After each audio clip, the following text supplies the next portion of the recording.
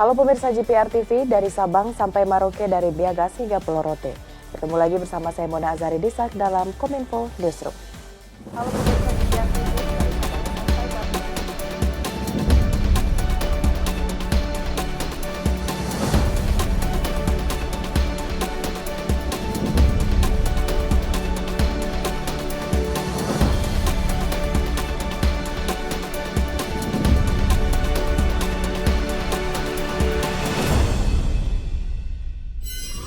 Pemirsa, mengawali informasi pertama, pemerintah mengumumkan akan menyalurkan subsidi untuk minyak goreng curah menjadi Rp14.000 per liter.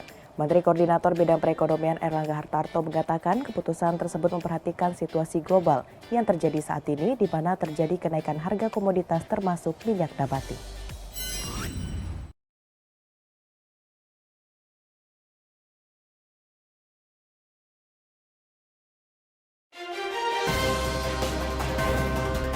Presiden Joko Widodo adakan rapat terbatas dengan Menko Perekonomian, Menteri Perdagangan, Menteri Perindustrian, dan Kapolri untuk membahas ketersediaan minyak goreng di pasaran. Menteri Perekonomian Erlangga Hartarto mengatakan, dalam rapat tersebut diputuskan bahwa pemerintah akan mensubsidi harga minyak goreng curah sebesar Rp14.000 per liter. Sedangkan harga kemasan lain akan menyesuaikan dengan nilai keekonomian. Kepolisian Republik Indonesia juga akan lakukan pengawasan agar tidak ada oknum yang menyalahgunakan minyak dengan harga subsidi atau menimbun stok di pasaran. Kemudian dengan memperhatikan situasi global di mana terjadi kenaikan harga-harga komoditas termasuk minyak-minyak nabati dan di dalamnya juga termasuk minyak kelapa sawit, maka pemerintah memutuskan bahwa pemerintah akan mensubsidi harga minyak kelapa sawit curah itu sebesar Rp14.000 per liter. Dan subsidi akan diberikan berbasis kepada dana dari BPDP KS.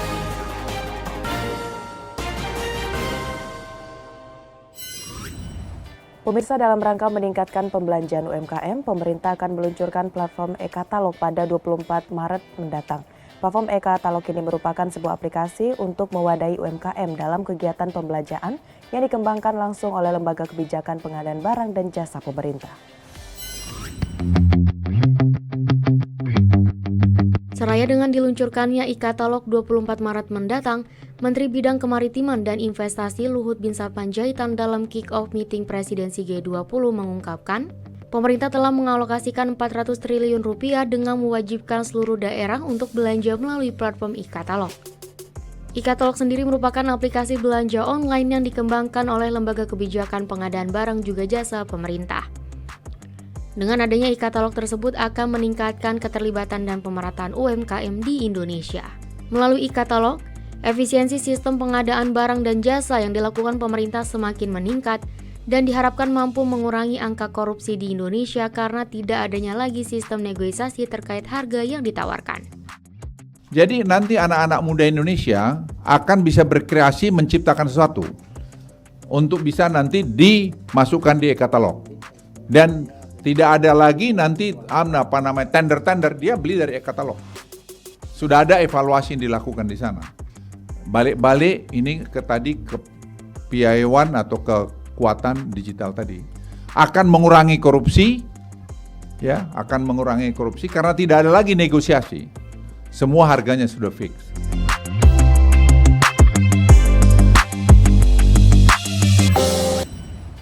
Sementara itu, Menkominfo Johnny G. Plate mengungkapkan dukungan Kominfo terhadap e-katalog ini dengan memberikan dukungan dalam bentuk aplikasi e-katalog, menyiapkan bandwidth serta menyiapkan pusat data nasional yang berkaitan dengan tata kelola e-katalog.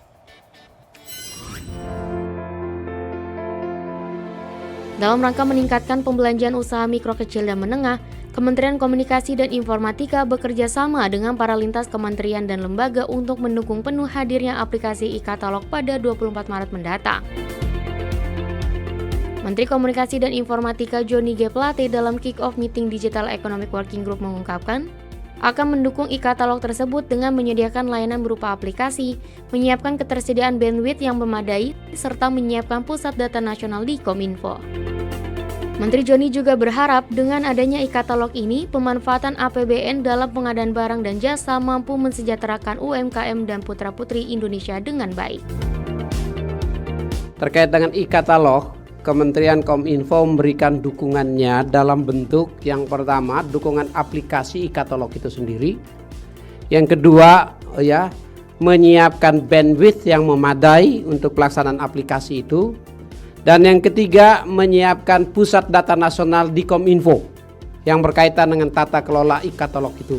Nah, ini kerjasama kolaborasi lintas kementerian lembaga untuk mendukung LKPP agar niat kita untuk memanfaatkan APBN utama dan terutamanya menggunakan atau membelanjakannya bagi produk-produk yang dihasilkan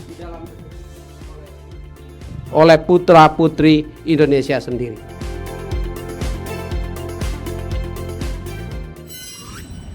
Pemirsa, di kesempatan yang sama, Forum Digital Economy Working Group Presidensi G20 Indonesia, Menkominfo Johnny G. Plate mengharapkan dukungan masyarakat agar Presidensi G20 mampu mempromosikan prinsip, nilai, dan 3 karakteristik transformasi digital untuk mendukung perkembangan ekonomi digital.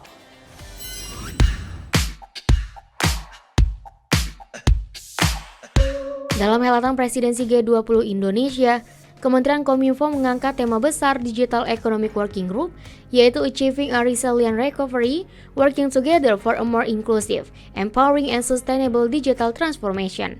Tema ini menggambarkan harapan luhur yang hendak dicapai oleh Digital Economic Working Group dalam menyuarakan aspirasi membahas isu-isu yang dapat mendukung proses pemulihan pasca pandemi COVID-19 melalui ekonomi digital.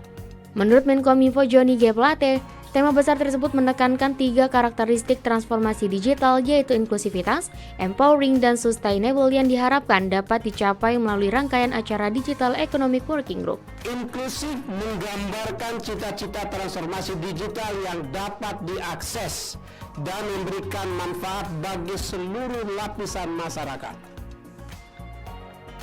Empowering menunjukkan gagasan dari transformasi digital, yaitu untuk memberdayakan seluruh kalangan masyarakat. Sustainable mewakili harapan bahwa transformasi digital dapat terus-menerus memberikan manfaat bagi masyarakat dan mendukung Sustainable Development Goals.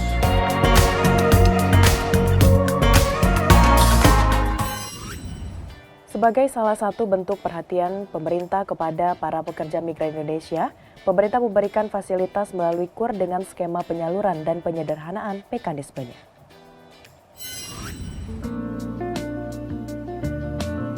Badan Perlindungan Pekerja Migran Indonesia bersama Kemenko Bidang Perekonomian meluncurkan skema baru kredit usaha rakyat penempatan bagi pekerja migran Indonesia. Menteri Koordinator Bidang Perekonomian Erlangga Hartarto secara virtual menyatakan peluncuran skema baru KUR menjadi bukti keberpihakan negara pada para PMI yang telah menyumbangkan devisa negara yang cukup besar sebanyak 159,6 triliun, senilai 7% dari total APBN. Kami menyadari bahwa para calon pekerja migran selama ini memiliki kesulitan modal bekerja, bahkan tidak jarang mereka akhirnya terjebak dengan pembiayaan-pembiayaan yang bunganya tinggi dari para rentenir. Berangkat dari aspirasi para pekerja migran tersebut, negara menyelamatkan para pahlawan devisa ini. Semoga skema pembiayaan ini dapat dimanfaatkan para calon pekerja migran agar mereka tidak lagi menjual aset-aset atau harta benda mereka yang paling penting, dan harapan kita skema KUR ini dapat memutus mata rantai rentenir yang selama ini memanfaatkan mereka. Terima kasih. Wassalamualaikum warahmatullahi wabarakatuh. Sementara itu, Menteri Ketenagakerjaan Ida Fauzia memberikan apresiasinya kepada Menko Perekonomian atas terbitnya KUR penempatan PMI. Bapak Ibu hadirin sekalian yang saya hormati, dalam Peraturan Menteri Koordinator Bidang Perekonomian nomor 1 tahun 2022 ini telah menambahkan juga jumlah pinjaman KUR penempatan pekerja migran Indonesia menjadi paling banyak 100 juta rupiah dengan suku bunga atau margin pinjaman KUR penempatan PMI hanya sebesar 6%. Ini adalah wujud negara, pemerintah hadir dalam memberikan kemudahan kepada para pencari kerja di luar negeri. JPMI atau PMI dan masyarakat pada umumnya dapat mengakses kesempatan kerja ke luar negeri dengan penghasilan yang lebih besar. Terbitnya Permenko Perekonomian Nomor 2 Tahun 2022 tentang pemberlakuan khusus bagi penerima kredit usaha rakyat terdampak pandemi COVID-19, PP2MI mendukung jika pekerja migran Indonesia menjadi salah satu prioritas untuk diberikan dispensasi atau perlakuan istimewa akibat dampak pandemi COVID-19.